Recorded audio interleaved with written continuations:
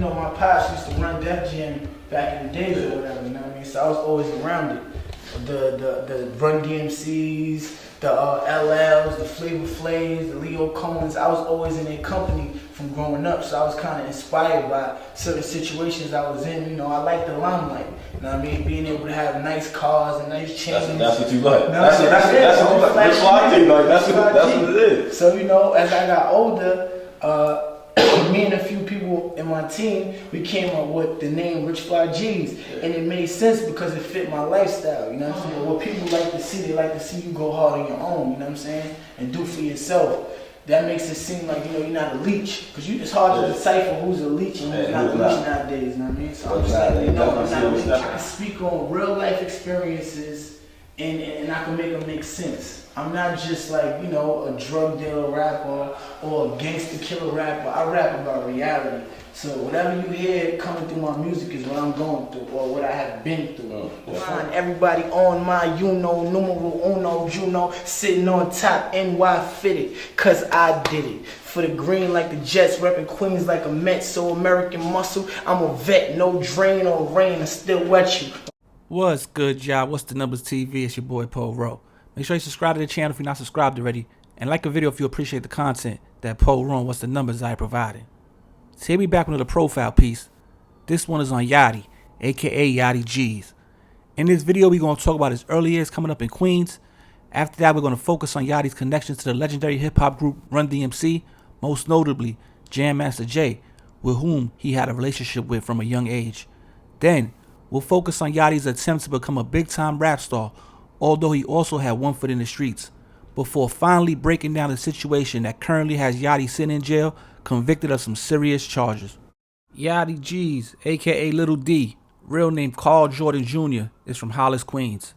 His father is Karl Big D Jordan, who worked at Russ Management and then Def Jam Records, which was founded by Russell Simmons. Big D was also a lifelong friend of Jason Mizil, aka Jam Master Jay, of the legendary hip-hop group Run DMC. Big D would have his son Yadi around Jam Master Jay and Run DMC at shows and different events from a young age, so much to the point that Jam Master Jay ended up being Yadi's godfather. And by the year 2001, he ended up working with Jam Master Jay directly and would frequent Jay's studio that he had on Merrick Boulevard in Jamaica, Queens.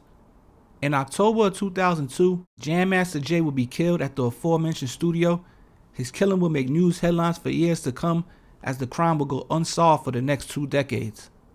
During the years that followed Jay's murder, there would be a bunch of different suspects thrust into the limelight, but no arrest would be made. As Yadi got older, he started rapping by the name of Young Yadi, whose lyrics focused on his lifestyle that consisted of getting fly, dealing drugs, and grinding for everything he had. He was never convicted of a felony as an adult, but was, according to law enforcement, a suspect in a few different gun-related incidents throughout the years.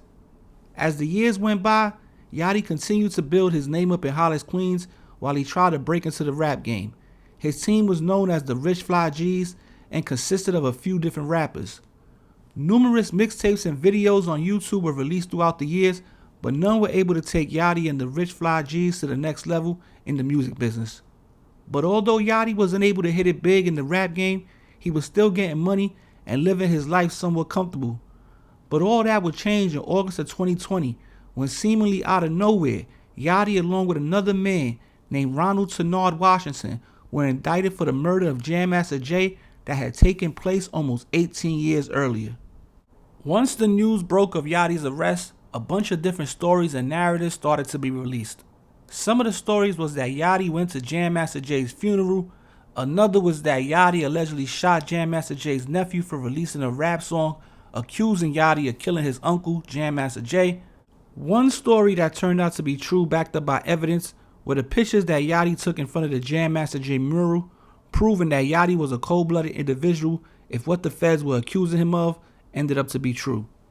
Yadi, along with his co-defendant, would sit in jail for the next few years, awaiting trial, but in January of 2024, Yadi would get his day in court. During the trial, the motive behind the murder would be presented, and according to law enforcement, it was over Yadi and his co-defendant being cut out of a drug deal that Jam Master Jay was putting together. Feeling slighted by Jam Master Jay's decision, the duo decided to kill Jay as payback, and that allegedly is what ended up taking place. The trial lasted about a month, and in February of 2024, Yadi and his co-defendant were both found guilty of murdering the hip-hop legend Jam Master Jay.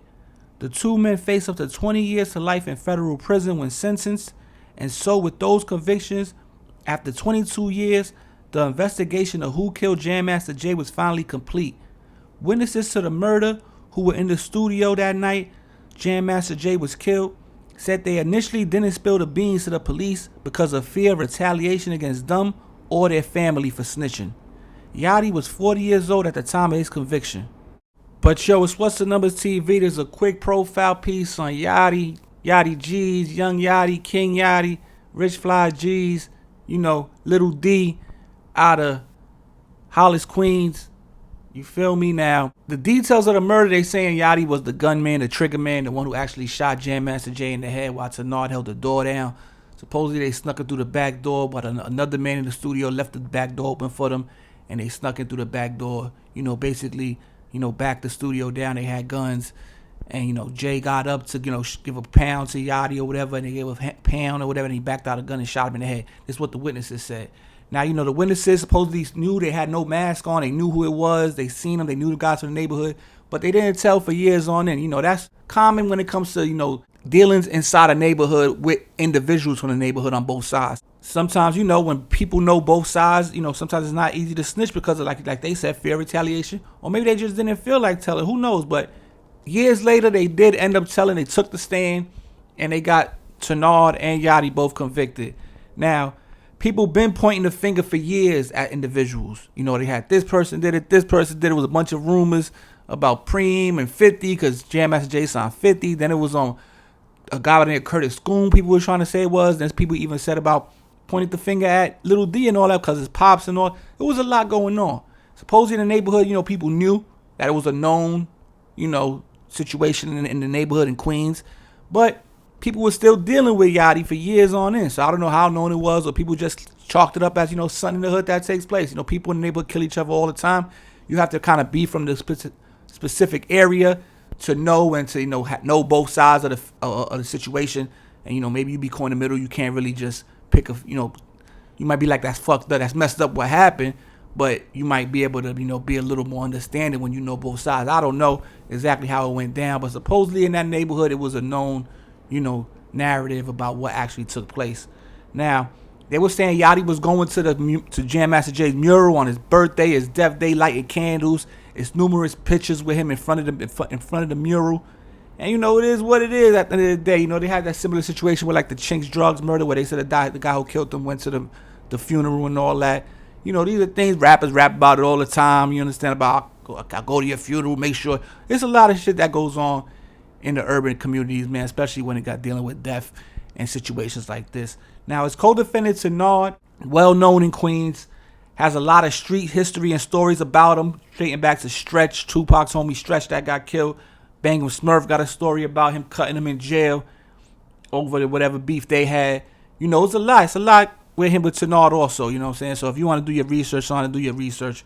But I wanted to do this profile piece on Yadi, you understand? Yadi G's. He was a rapper, dropped music. You can go check him out on YouTube if that's what you want to do. But right now he's in federal custody. That's a federal case, so he'll be doing his time in federal custody. Probably hit a USP or something, facing 20-25 to life. And we got to see what he gets when he gets sentenced in the near future. There's a third man going to trial in the case soon. I think he's also charged with murder. And I don't know if he was telling or what. His case got separated from the other two. We just got to wait and see. I don't know if they're going to get sentenced before that case, but he's not scheduled to go to trial till 2026. So we got to see. I'm guessing they get sentenced before that, but as of right now, they have not been sentenced, but they are facing 20-25 to life in federal prison. But on that note, man, it's What's the Numbers TV. We knocking on that door, 100K. You might as well just let us in by now, YouTube. We here ready. 100K, What's the Numbers TV. Been grinding for a minute. Appreciate everybody that's been supporting. However long you've been supporting, from the day ones to the day twos to the whatever day you jumped on the ship. We appreciate you. We salute you. Make sure y'all check out the Live Stream and Clips channel. Tap in over here because we got a lot more content coming as soon as we hit 100K. We going crazy on the channel with the content. Follow the Instagram, What's the Numbers TV. Follow Batty Bills on What's the Numbers TV. Look out for the podcast, for the culture. We got episode 2, 3, and 4 on the way soon. And on that note, we out here, man. Any business, Poro, what's the numbers at yahoo.com. We're relaunching the Patreon. And on that note, we out here, man. What's the numbers TV? Your boy Poro. I'm out of here. Peace.